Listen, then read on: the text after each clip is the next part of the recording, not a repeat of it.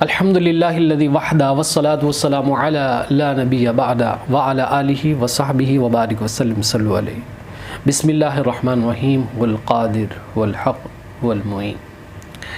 ولی کامل شیخ المشائخ حکیم صوفی شیخ طارق احمد شاہ عارف عثمانی حسنی قادری سہروردی چشتی قلندری ابوالعلائی جہانگیری شتاری مداروی شاذلی دامت برکات قدسیہ کا مرید و خلیفہ محمد کامران طارقی حاضر خدمت ہوں. الحمدللہ عز و جل ہمارا انوار القدسیہ فی معرفتی قواعد الصوفیہ حضرت قطب ربانی امام عبد الوہاب شعرانی رحمۃ اللہ تعالی علیہ کی کتاب آداب مرید کامل سے درس کا سلسلہ جاری ہے، اور آج اس درس کا تیسرا حصہ شروع ہوا چاہتا ہے. انشاءاللہ العزیز آج آداب مریدین میں سے ہی چند خاص چیزیں جو حضرت شیخ امام شعرانی رحمۃ اللہ تعالی علیہ نے ذکر کی ہے ان کو ہم پڑھیں گے، اور نیت کرتے ہیں کہ جو کچھ ہم پڑھیں اللہ تعالیٰ مجھے اور ہم سب سننے والے جتنے بھی لوگ ہیں انہیں عمل کرنے کی توفیق عطا فرمائے. اس درس کا مقصد صرف یہی ہے کہ جو بزرگان طریقت کے اور جو اسلاف کی یہ قیمتی جو ارشادات ہیں اس کے اوپر ہم خود بھی عمل کریں، اور دیگر جو لوگ ہیں وہ بھی اس پر عمل کریں. تو جتنے لوگ اس پر عمل کرتے رہیں گے انشاءاللہ العزیز اس کا اجر و ثواب ہمیں بھی پہنچتا رہے گا. بزرگ فرماتے ہیں کہ مرید کی شان سے یہ بات بھی ہے کہ وہ شریعت کے ارکان اور شرائط میں خلل نہ ڈالے، کیونکہ ایک رکن یا شرط ختم ہو جائے تو باقی بھی اس کے پیچھے جاتے ہیں. اور یہ بات پہلے بے شمار بزرگان دین رحمہم اللہ نے ذکر کی ہے کہ ارکان طریقت 4 ہیں. نمبر 1 بھوک، نمبر 2 تنہائی، نمبر 3 خاموشی، اور نمبر 4 شب بیداری. ان 4 سے جو باتیں زائد ہیں وہ باتیں ان کے تابع ہے. اور صوفیہ کرام فرماتے ہیں کہ جو شخص اصول کو ضائع کرتا ہے وہ وصول سے محروم رہتا ہے. تو یہاں پر اس بات کا بہت زیادہ خیال رکھنا ہے کہ ہم نے اصول کو ضائع نہیں کرنا ہے. جو اصول قرآن ہے، جو اصول حدیث ہے، جو شریعت کے اصول ہیں ان کو ہم نے ضائع نہیں کرنا ہے. اسی طرف ارشاد فرمایا ہے اور کہا کہ مرید کی شان سے یہ بات ہے کہ وہ شریعت کے ارکان اور شرائط میں خلل نہ ڈالے. مزید فرماتے ہیں کہ سوال اکثر یہ پوچھا جاتا ہے کہ مرید جو ہے وہ مرشد کا انتخاب کیسے کرے. یہ پہلی بنیادی چیز ہوتی ہے. جب کوئی شخص طریقت کی راہ میں قدم رکھتا ہے تو اب اس کا پہلا جو قدم ہوتا ہے وہ یہی قدم ہوتا ہے کہ ہم جو ہے مرشد کا انتخاب کیسے کریں. یہ عموماً سوال لوگ کرتے ہیں.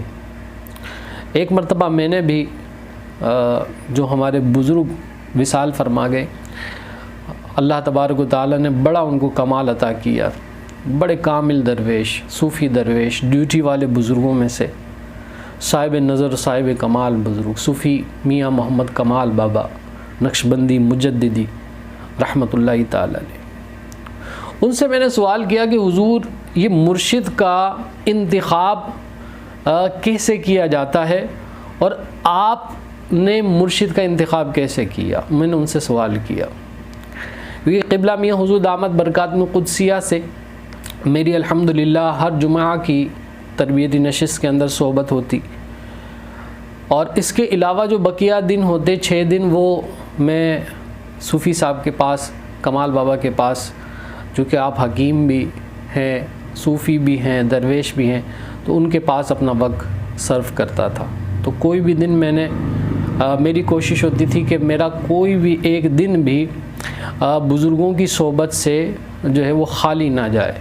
تو مجبوری ہوتی تھی، میاں حضور کی نشست ایک دن کی ہوتی تھی، تو جو بقیہ ایام ہوتے تھے تو میاں حضور سے اجازت کے ساتھ میں ان بزرگ کی بارگاہ میں بیٹھا کرتا تھا، تو ان سے سوالات کیا کرتا تھا. تو یہ سوال میں نے ان سے کیا کہ حضور یہ مرید جو ہے مرشد کا انتخاب کیسے کرے، اور آپ نے مرشد کا انتخاب کیسے کیا؟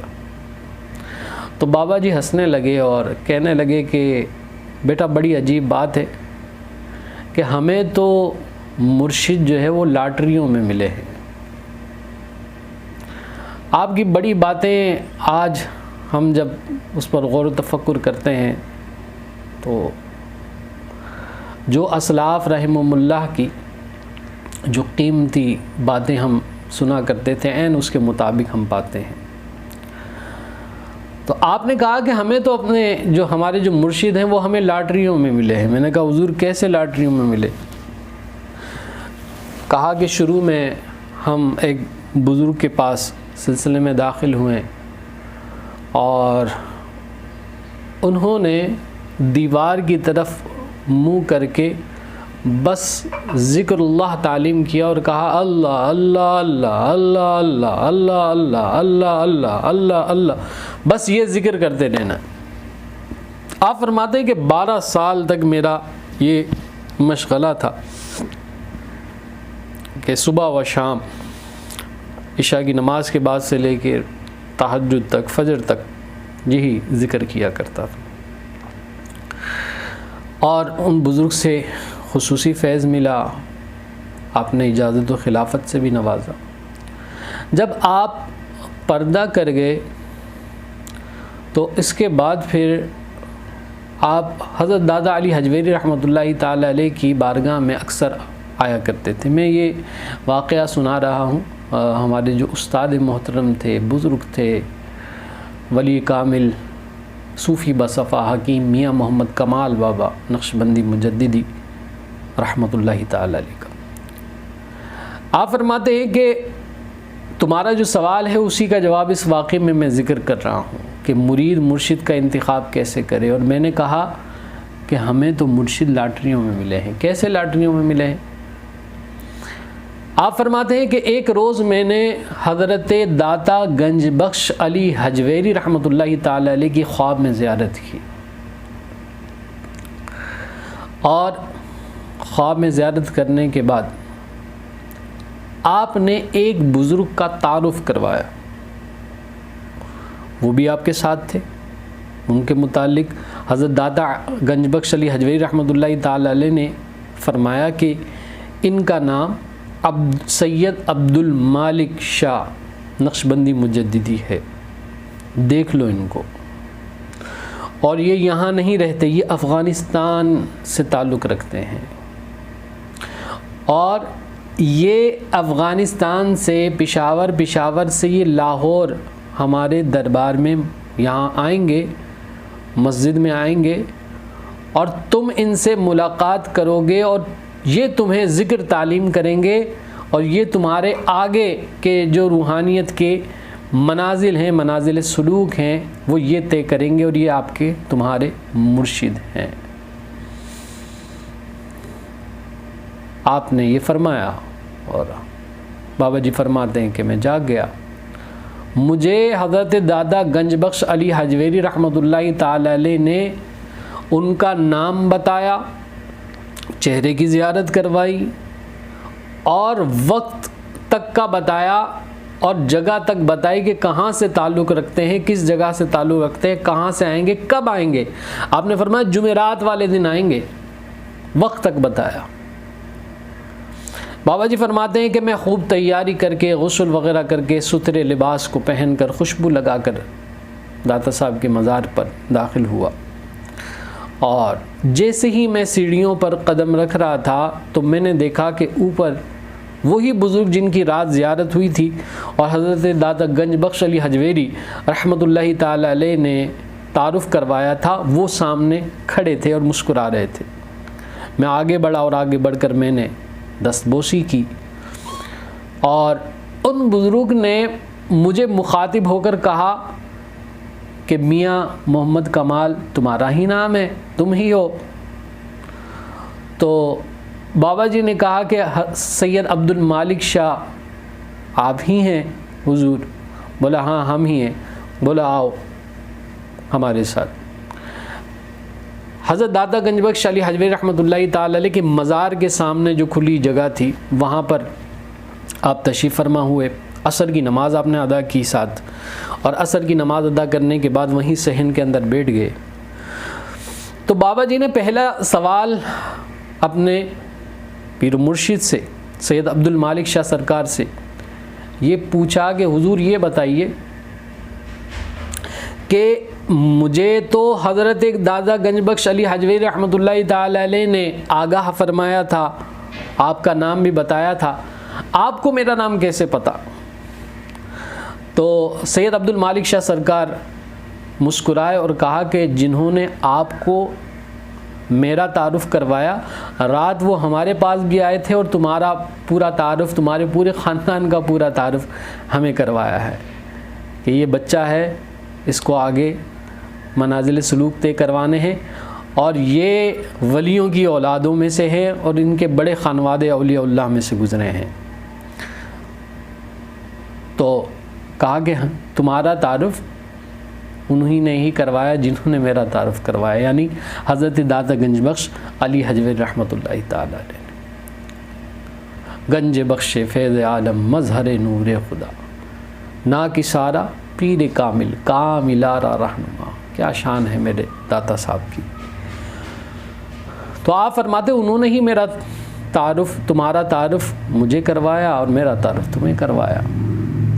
اس کے بعد بابا جی فرماتے ہیں کہ انہوں نے مجھے کچھ ذکر تعلیم کی اور خاص باتیں بتائی اور کہا کہ اب ہم یہاں سے اپنے جو میں ٹھہرا ہوا ہوں پشاور کے اندر ایک جگہ پر، وہاں میں جا رہا ہوں، تم وہاں مجھ سے ملاقات کر لینا، اور اس کے بعد ہم افغانستان سے ہجرت کر کے ہم پاکستان آ جائیں گے، اور پھر یہیں پر ہی رشد و ہدایت کا جو سلسلہ ہے، تعلیم و تعلم کا جو سلسلہ ہے، وہ اس کو جاری رکھیں گے۔ تو بابا جی فرماتے ہیں کہ اس طرح لاٹری کے اندر ہمیں ہمارے مرشد ملے ہیں، اور میں نے بابا جی کے جو پیر و مرشد ہیں سید عبد المالک شاہ سرکار، ان کی بھی زیارت کی، ان سے ملاقات بھی کی، بڑی اچھی ملاقات رہی، اور الحمدللہ آج بھی بابا جی کے پیر و مرشد حیات ہیں، کامل درویش، بے شمار اللہ تبارک و تعالی کی خاص صفات کے منبع بزرگوں میں سے ہیں، وہ آج بھی الحمدللہ حیات ہیں، کافی عمر ان کی ہو گئی ہے۔ ہری پور کے اندر آپ کا ایک باقاعدہ مدرسہ ہے و تعلیم و تعلم کا بھی سلسلہ ہے، اور اس کے علاوہ آپ مہینے میں ایک دن لاہور بھی تشریف لاتے اور وہاں ذکر فکر کے معاملات کرتے ہیں، عام اس طریقے سے مرید وغیرہ نہیں کرتے ہیں۔ تو اللہ تعالیٰ نے بڑا کمال آپ کو عطا کیا۔ تو بابا جی فرماتے ہیں کہ ہمیں تو مرشد جو ہے لاٹری میں ملے، اور اس طرح لاٹری میں ملے ہیں، اور پھر بابا جی کی ان بزرگ کے ساتھ رفاقت مرتے دم تک تھی، اور تقریباً 36 سال کے قریب آپ کو بیعت ہونے کے بعد آپ کی رفاقت رہی ہے، اور میں ساتھ ہوا کرتا تھا، سال میں 2 سال میں بابا جی کی ایک ملاقات ہوتی تھی بس مرشد سے، اور وہ ایک ملاقات بھی بڑی عجیب ہوا کرتی تھی۔ بابا جی خود فرماتے ہیں کہ جب میں اپنے مرشد کے پاس جاتا ہوں تو جانے کے بعد اکثر مرشد جو ہے، جو دیگر مریدین ہے، وہ ان کو کہتے ہیں مخاطب کر کے، عذرائے مزاح کہتے ہیں کہ تم چھوٹے چھوٹے چور ہو،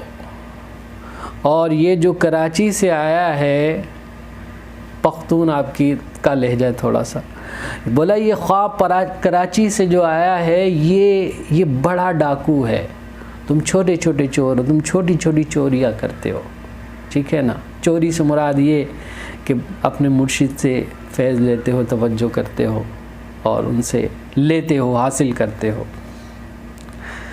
کہا یہ کراچی سے آیا، یہ بڑا ڈاکو ہے، یہ سال میں 2 سال میں 5 سال میں 1 مرتبہ آتا ہے.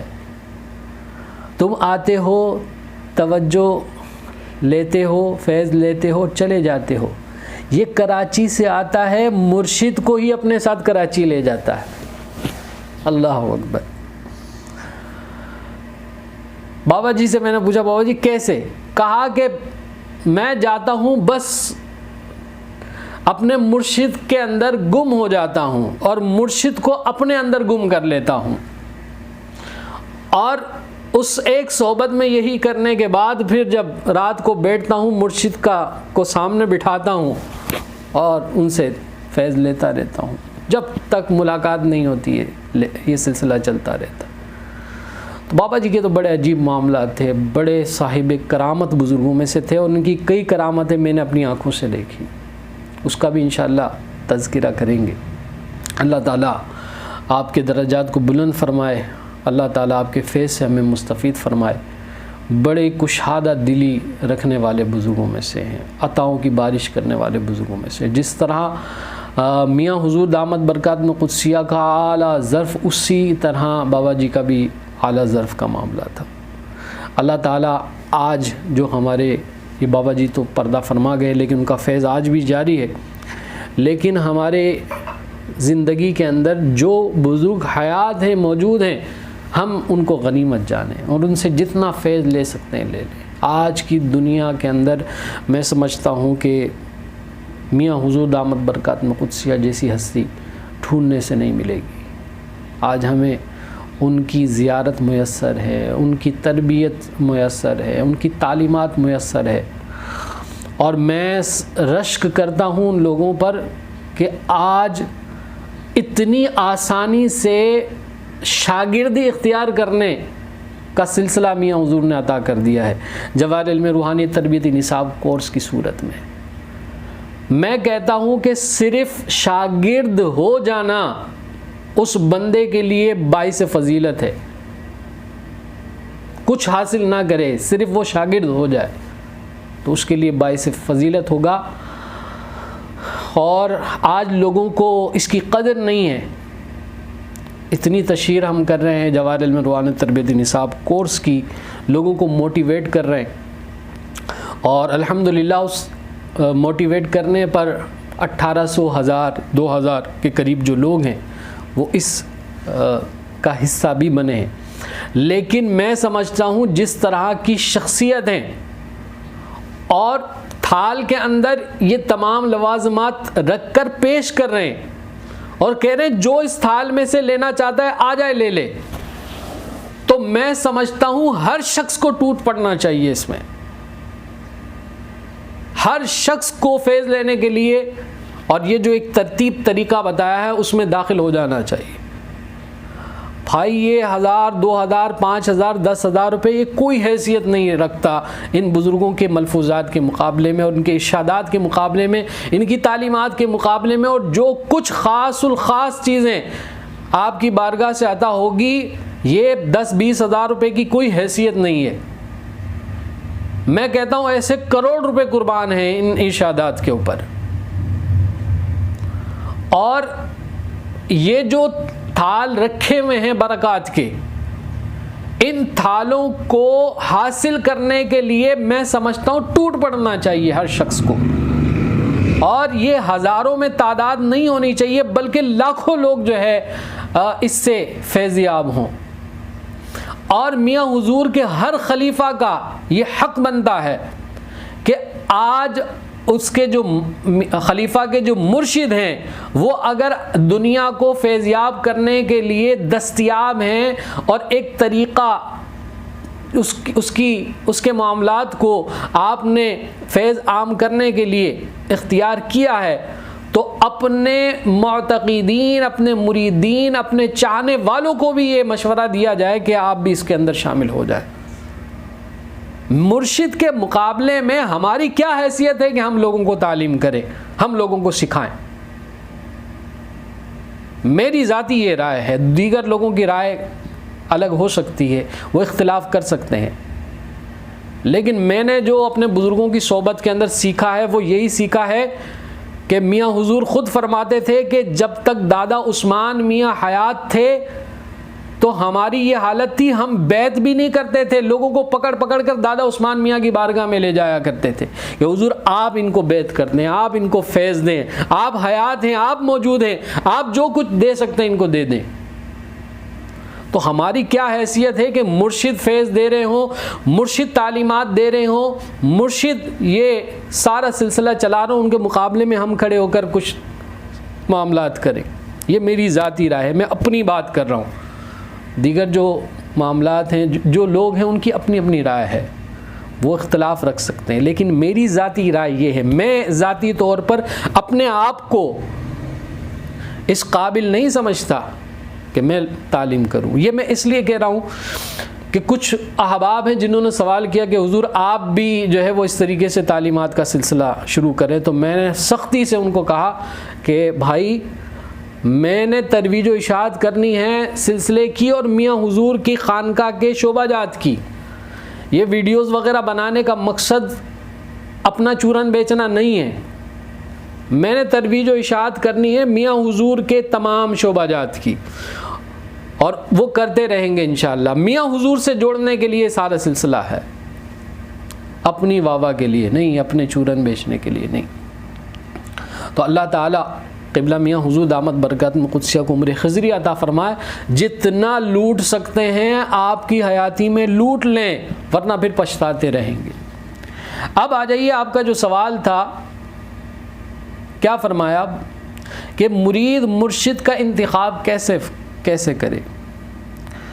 فرماتے ہیں کہ مرید کی شان اور ذمہ داری سے یہ بات ہے کہ ایسے شیخ کی شاگردی حاصل کرے کہ جو علوم شرعیہ سے وافر حصہ پائے، تاکہ وہ اسے کسی دوسرے کے پاس جانے سے کفایت کرے۔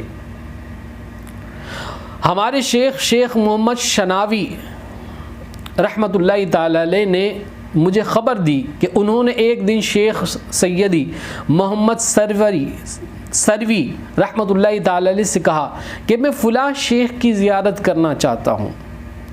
اس سے حضرت شیخ کے چہرے پر کلی آ گئی اور فرمایا اذا کنت لا اکفیک فکیف اتخذتنی شیخا لک، کہ اے محمد جب میں تجھے کافی نہیں تو تم نے مجھے کس طرح اپنا مرشد بنایا؟ یعنی جب آپ نے مرشد بنا لیا تو وہ مرشد آپ کے لیے کافی ہونا چاہیے، آپ کی توجہ ادھر ادھر نہیں متزلزل ہونی چاہیے۔ یا تو آپ شیخ بنائیں نہیں، شیخ کا انتخاب جب آپ نے کرنا ہے تو بڑی سوچ سمجھ کر اور ٹٹول کر دیکھ بھال کر آپ نے کرنا ہے، اور جب آپ ایک مرتبہ شیخ بنا چکے تو پھر آپ نے متزلزل نہیں ہونا ہے۔ میں اپنی ذاتی بات بتاؤں کہ بابا جی میرے استاد تھے، صاحب کمال بزرگوں میں سے تھے، ڈیوٹی والے بزرگوں میں سے تھے، اور بڑی کرامتیں آپ کی دیکھی، لیکن اس کے باوجود بابا جی سے میں بیعت نہیں ہوا۔ ذکر آپ نے تعلیم کیا، توجہ آپ کرتے رہتے تھے، بیعت کا جو سلسلہ رہا ہے، پیری مریدی کا جو سلسلہ رہا ہے، وہ میاں حضور دامت برکات قدسیہ سے تھا، اور بابا جی نے بھی مجھے راغب نہیں کیا کہ تم مجھ سے بیعت ہو جا، آپ میاں حضور کی طرف ہی رغبت دلاتے، ان کی محبت دل کے اندر مزید بڑھاتے۔ جو ارشادات میاں حضور کی تربیتی نشست میں ہوتے، میں بابا جی سے وہ ارشادات پر ڈیبیٹ کرتا تو بابا جی اس کی تشریح کرتے، اور پھر اس تشریح کے بعد مجھے کہتے کہ تیرے دل کے اندر مزید تیرے شیخ کے لیے محبت ہونی چاہیے۔ اور یہاں تک بابا جی فرماتے تھے کہ جب میں یہاں بیٹھ کر توجہ کروں تو اس وقت میری طرف متوجہ نہیں ہونا، بلکہ یہ گمان کرنا کہ میں نہیں بیٹھا ہوا ہوں، بلکہ تیرا مرشد بیٹھا ہوا ہے، میاں حضور بیٹھے ہوئے، اور وہ تجھ پر تیرے قلب پر توجہ کر رہے ہیں۔ تو اسی طرح اشارہ ہے کہ پہلے تو جو ہے سوچ سمجھ کر شیخ اختیار کرے، اور جب شیخ اختیار کر لے تو پھر اس کی طرف سے متزلزل نہیں ہونا۔ وہ فرماتے ہیں کہ میں نے اس دن کے بعد سے ان کے علاوہ کسی کی زیارت نہیں کی حتیٰ کہ ان کا انتقال ہو گیا، آخری وقت تک ان کے ساتھ جڑے رہے۔ اس سے معلوم ہوا کہ اگر کوئی شخص تقدیر کی وجہ سے ایسے شیخ کا مرید بنے جس کو علوم شرعیہ سے سیرابی حاصل نہیں، اس کے لیے کسی دوسرے کے پاس جانے میں کوئی حرج نہیں، جس طرح اس دور کے اکثر مشائخ کا حال ہے۔ حضرت ابو القاسم قشیری رحمۃ اللہ تعالی علیہ کے اس قول کا یہی مطلب ہے۔ انہوں نے فرمایا کہ مرید کے لیے یہ بات نہایت بری ہے کہ وہ اپنے شیخ کے علاوہ کسی دوسرے کے مذہب کی طرف منسوب ہو، بلکہ صرف اپنے شیخ کی تقلید کرے۔ یقینی طور پر آپ کے اس قول کا یہی مطلب ہے کہ جب اس کا شیخ علوم شرعیہ میں سمندر کی طرح ہو، اگر یہ صورت نہ ہو تو مرید کے دوسرے شیخ کی طرف نسبت میں کوئی حرج نہیں، بلکہ بعض بزرگوں نے اس کو واجب کہا ہے۔ لیکن اگر شیخ سے ساری سیرابی ہو رہی ہے، علوم شرعیہ کی بھی طریقت کی بھی بھرپور فیض مل رہا ہے، اور وہ شیخ اپنے معاملے میں کامل ہے، تو پھر اس کو متزلزل ہونے کی، کسی اور طرف رجوع کرنے کی ضرورت نہیں ہے۔ انشاءاللہ العزیز یہ سلسلہ مزید جاری رہے گا، اور تیسرے حصے کے اندر صوفی کے متعلق انشاءاللہ ہم ذکر کریں گے کہ صوفی کون ہوتا ہے، اور اس کی علامات کیا ہے، اس کی نشانیاں کیا ہیں، اور اس کے علاوہ بھی بے شمار جو آداب حضرت شیخ امام شعرانی رحمۃ اللہ تعالی علیہ نے اس کتاب میں ذکر کیے ہیں، وہ انشاءاللہ تعلیم کریں گے۔ اللہ تعالی ہمیں یہ تمام باتوں پر عمل کرنے کی توفیق عطا فرمائے، ہمیں اپنے بزرگوں سے فیض یاب ہونے کی توفیق عطا فرمائے۔ اللہ تعالیٰ قبلہ میاں حضور دامت برکات مقدسیہ کو عمر خضری عطا فرمائے، آپ کا سایہ شفقت تادیر ہمارے سروں پر قائم و دائم فرمائے، اور جن جن بزرگوں سے ہم نے فیض لیا اللہ تعالیٰ ان کے درجات کو بلند فرمائے۔ وآخر دعوانا ان الحمد للہ رب العالمین۔